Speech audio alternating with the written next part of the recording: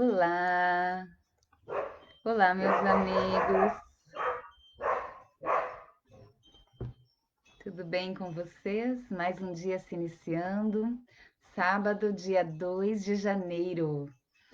Nós vamos estar conversando aos sábados juntos e vamos buscar na sequência, combinado já com a Dai ali, né, com nossos amigos aí do Grupo Evangelho no Ar, esse livro, né, Evangelho por Emmanuel. Nós vamos acompanhar o Evangelho segundo Marcos e vai valer muito a pena. Temos aí vários sábados em 2021 para poder discorrer sobre e refletir em torno dessas mensagens de Emmanuel. Sejam todos assim bem à vontade para que possamos participar juntos, aproveitar esse momento juntos. Eu vou só ligar aqui para que a gente possa acompanhar o chat aqui.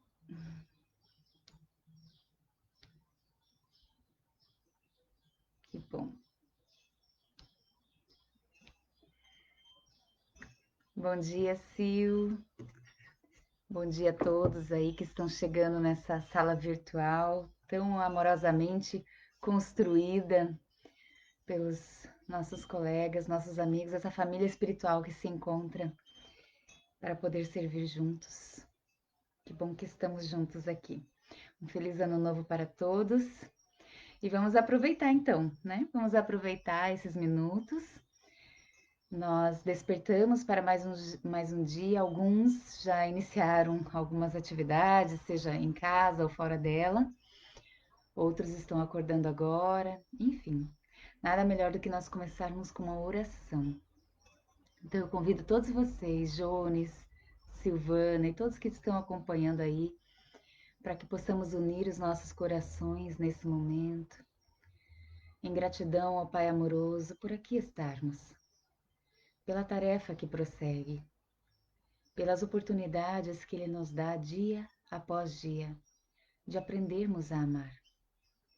Pai abençoado, te agradecemos pela oportunidade nos concedida nesses tempos de pandemia, de refletirmos a nós mesmos, de nos conectarmos, se não presencialmente, de outras formas.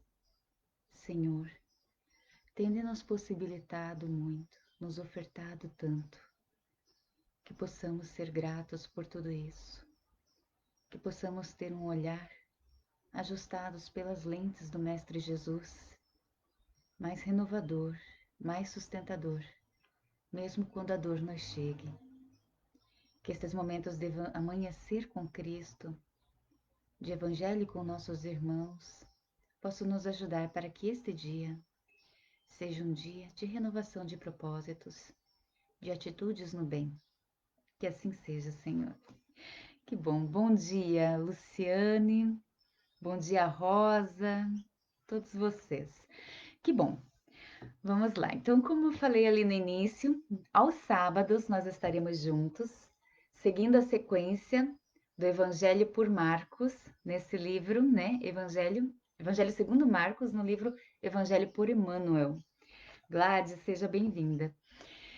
Então, quem tiver esse livro em mãos pode acompanhar a sequência que nós seguiremos juntos, para que possamos refletir. Veja que interessante, quando a gente vai na introdução desse livro, a gente vai ver que Marcos, né, ele não foi um apóstolo, ele não acompanhou o dia a dia com Cristo, mas ele colheu essas informações. Alguns vão dizer que ele colheu de Pedro.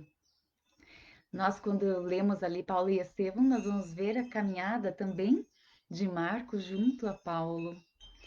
E nos chama muito a atenção essa trajetória e esse compromisso de Marcos em nos trazer a mensagem do Cristo, a trajetória dele, de uma forma muito sucinta, porque nós vemos é o menor evangelho que nós vamos encontrar ali no Novo Testamento, mas com uma característica peculiar, ele é voltado para as ações.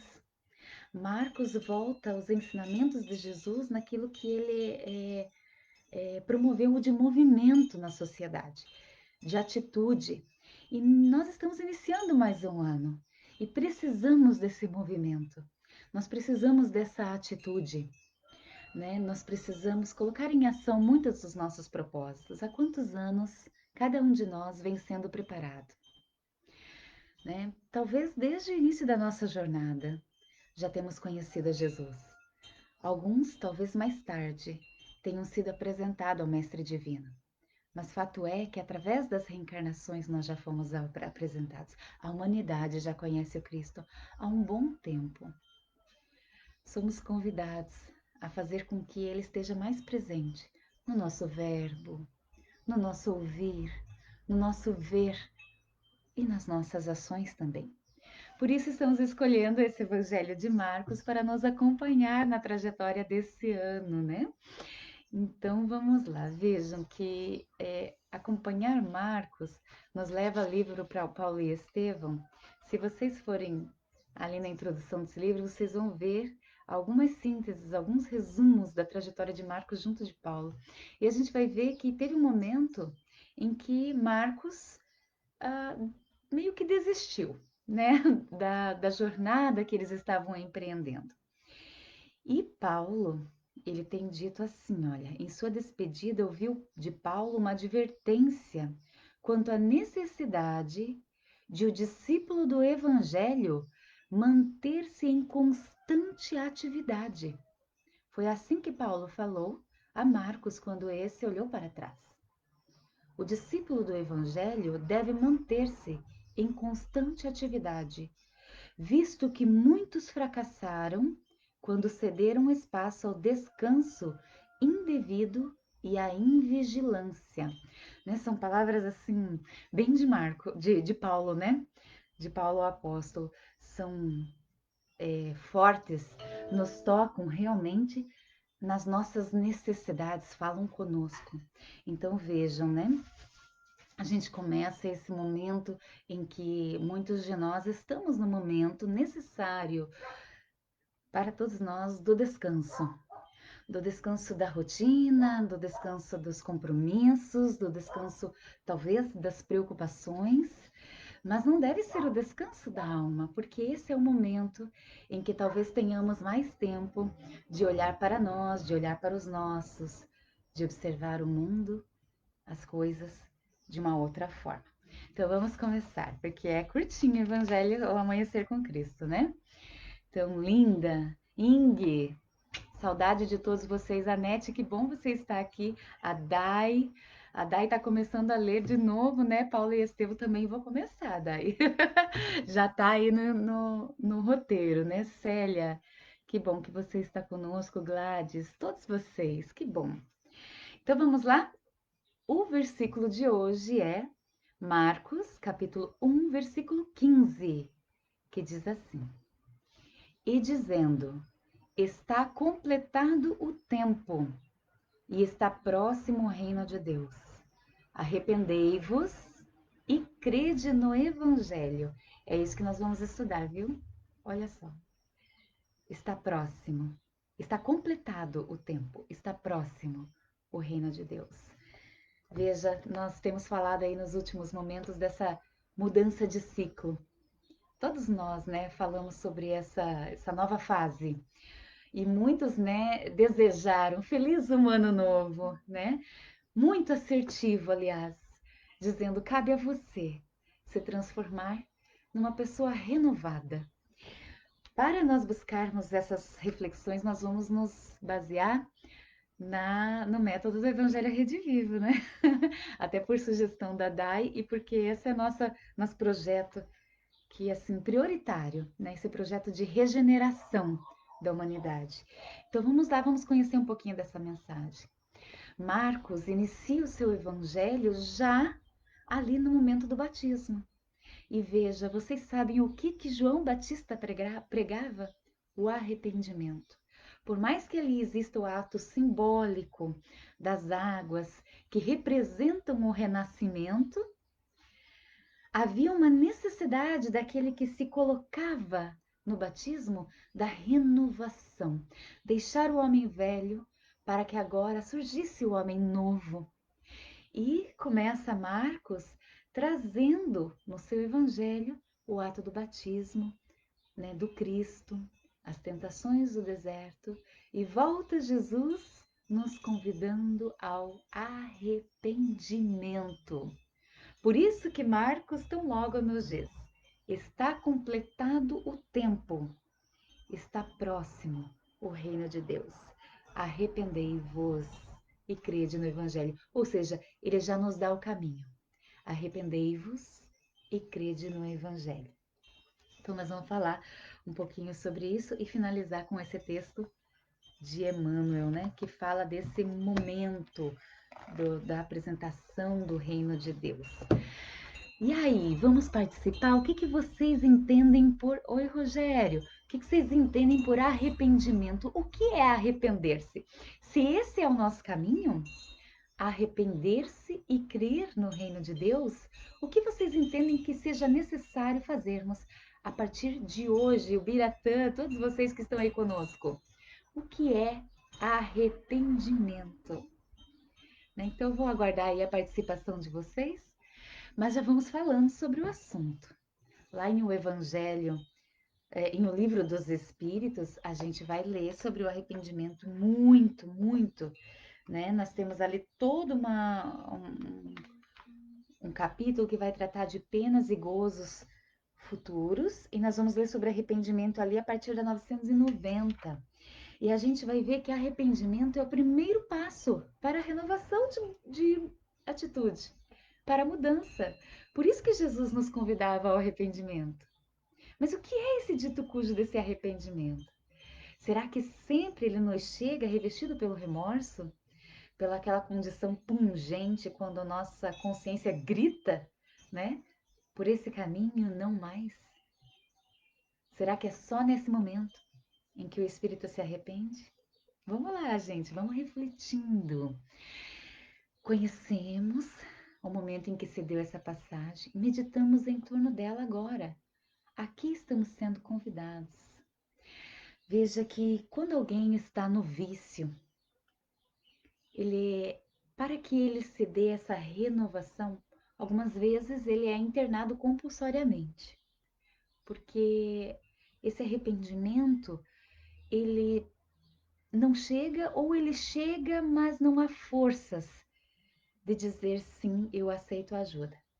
Agora, quando essa ajuda é buscada, já revestida desse propósito de mudança, onde esse irmão percebeu a necessidade de mudar, tudo se faz de uma forma mais sustentadora, mais possível, né? É mais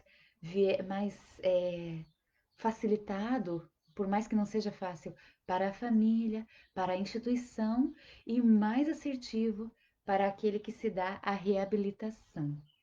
Então, arrepender-se como passo inicial para uma renovação de atitude, nós vamos encontrar também na psicologia. Quando nós percebemos a necessidade de mudar. Vamos ver, a Célia já colocou algo ali, ó. Arrependimento é reconhecer que nosso comportamento não está sendo correto e tomar a resolução de não repetir mais o erro. Que bom, Célia, você falar sobre isso. Então, arrependimento nem sempre vem revestido de dor. Quantos de nós já temos ouvido aquele ditado assim, se não é pelo amor, é pela dor? E a gente fica analisando quando educamos os nossos filhos e a gente diz assim: não faça isso que você vai se machucar.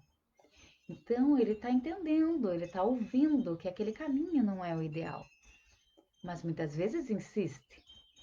E o pai vai lá e fala: mas ó, eu já falei, você vai se machucar. Então aquela mensagem vem talvez de uma forma mais grave, né? A fim de nos tocar realmente: olha, por esse caminho não. E talvez a gente insista, o filho insiste naquilo. E talvez ele se dê a atitude e quase caia daquela cadeira, daquele sofá, e isso desperta nele um medo, uma atenção. Mas mesmo assim, ele pode insistir até que ele venha a cair, se machucar, sentir que doeu. E aí ele pode insistir ainda ou não. Veja, é o nosso processo. A mudança é um processo. Muitas vezes nós falimos na mudança porque nós criamos expectativas muito altas e talvez inalcançáveis para aquele indivíduo que há tanto tempo vem agindo da mesma forma. Esse indivíduo somos nós. O processo de mudança é um processo. se as nossas expectativas forem dentro daquilo que é possível, alcançável, se percebermos que quando há queda, ela faz parte do processo e para nós ele é simples sinalizador do estado em que nos encontramos.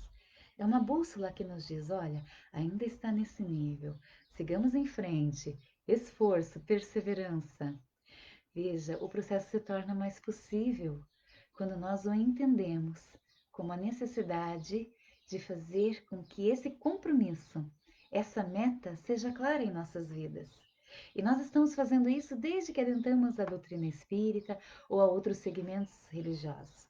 A gente vem trazendo em nosso íntimo essa consciência da necessidade da mudança. Agora é que nos cabe fazer com perceber onde está essa necessidade de mudança dentro de cada um de nós. Por isso esse momento de pandemia, do olhar para dentro, onde nós percebemos assim eclodir muita coisa que a gente achava que já estava trabalhado, que vieram à tona, para que nós possamos perceber como sinalizador, olha aqui, ainda está em mim. Olha só, isso ainda pertence, né, às minhas atitudes, ao meu modo de pensar, ao meu modo de agir. Então, perceber e desejar mudar, enxergar aquilo que não mais desejamos na nossa caminhada, faz parte do arrependimento. Vou ler então as nossas participações ali. Da Célia a gente já leu. O Luiz disse assim para nós: olha, bom dia. Na minha visão, o arrependimento deve servir como lição para um determinado ato. Isso mesmo, a lição de algo que nós vivemos e que talvez tenhamos percebido que as consequências não foram aquelas que nós pensamos, ou talvez nem tenhamos pensado sobre as consequências, e agora a gente vê a necessidade de refletir mais sobre isso. A Dai diz assim: arrepender, penso ser um processo que começa quando a minha consciência sinaliza fortemente que algo está errado e logo tomo a atitude de voltar atrás, pedindo perdão ou perdoando. Mas preciso estar no caminho do melhoramento íntimo para que eu observe todo o alerta da consciência com humildade. Ai, meu Deus! Nessa mensagem que a gente vai ler ali, ele vai falar sobre isso, né? Humildade faz parte do arrependimento. Mateus vai dizer: arrependimento é a reavaliação de nossos atos e pensamentos. Obrigada, Moacir, isso mesmo. É um olhar para nós. É perceber aquilo que. Se as coisas estão como não gostamos, então tem algo que nós precisamos mudar. Sem mudança, não há sem uma mudança de atitude, não haverá mudança do quadro, né? Então, olhar para essas coisas com arrependimento, sem aquele aspecto punitivo, mas no aspecto construtivo. O que eu posso fazer a partir de hoje? Veja que já falamos. Sem aquelas expectativas de mudanças drásticas, inalcançáveis e que não permanecerão conosco, como aquele que quer fazer uma dieta e deixa de comer. Isso não será possível na continuidade, né? Mas a educação alimentar, sim, essa será mais possível. Estará conosco na continuidade. Então, veja, é necessária uma reeducação do ser. Isso é um processo. Pequeninas mudanças, eu sempre falo, né? Do volante, quando nós estamos dirigindo, pequeninas, já vão fazer com que a trajetória ao longo do tempo seja bem mais distinta. E quando nós temos esse norte, essa bússola, Jesus, tudo se torna mais possível. Obrigada, Moacir, por sua contribuição. A Natália conosco, ô Natália, meu Deus, que saudades de estarmos juntas, viu? Eu lembro tanto das nossas palestras ali no Boa Nova. Exilda, que bom, todos juntos. Rogério, o arrependimento é vontade. O arrependimento exige nessa, ele nos movimenta para essa vontade. Em O Consolador, Emmanuel vai dizer que nessa dor do remorso, muitas vezes por uma atitude equivocada, essa mesma energia que nos dói, ela serve de energia de renovação. Cabe-nos direcioná-la para esse propósito renovador. O Rogério, tá, a Linda vai dizer, o momento de consciência pedindo mudanças, a consciência dizendo, olha, vamos lá. Dai, né? Maria Natália, minha querida, saudade de você. Ah, que bom vocês interagindo entre vocês. Isso é tão bom. Veja o que esse grupo Evangelho no Ar está nos possibilitando, né? Esse momento de estarmos juntos. Começarmos o sábado com Jesus, amanhecer com Cristo, refletindo os seus ensinamentos de amor. Então, Jesus ali em Marcos nós vemos essa segurança. Alguns dizem que Marcos escreveu conforme relatos de Pedro, veja, olha só. Então, ele nos diz, Jesus diz, né? Está completado o tempo. Está completado o tempo. Novo ciclo. Renovação do nosso mundo íntimo. E está próximo o reino de Deus. Porque quando nós damos o primeiro passo, tudo se torna mais fácil, né? Então, esse olhar para aquilo que precisa ser mudado em cada um de nós. Arrependei-vos, observai aquilo que, como convives, o que fazes, e crede no Evangelho. E nós, na doutrina espírita, entendemos que crer não é admitir, né? A crença vai muito mais além do que admirar, do que admitir. Crer significa uma atitude que nos move para a renovação. Então, vamos ver o que Emmanuel nos fala sobre esse trecho, já caminhando aí para o final, né? Olha só, o Luiz diz, é o primeiro passo para o perdão. E a Natália diz, no pós-pandemia teremos lindas lembranças desses momentos, certamente, Natália. Meu Deus, eu fico imaginando quanto que isso significou para cada um de nós. Que bom. Então, Emmanuel diz assim, olha, muitas vezes disse-nos o Senhor, o reino de Deus está próximo. Não foi só uma vez que Jesus nos falou sobre isso. E até hoje, milhares de criaturas aguardam-lhe a vinda através de espetaculosos eventos exteriores. Muitos o esperam por intermédio de cataclismos e mentalizam telas fantasmagóricas, incompatíveis com a divina misericórdia que nos preside o destino. Trovões, maremotos, terremotos, raios, fluidos comburentes na atmosfera, transformando-a em fogo devorador. Olha só, bombas fulminantes. E contam quase sempre com o absurdo e com o fanatismo, para que se sintam no portal da grande transformação. A gente espera algo externo, grande, né? A gente está vivendo algo externo, mas que nos convida para dentro. Essa renovação é aqui dentro, né? Então, olha só. Então, ele diz assim: sem dúvida que semelhantes flagelos podem sobrevir a qualquer momento na experiência das criaturas e no campo da natureza.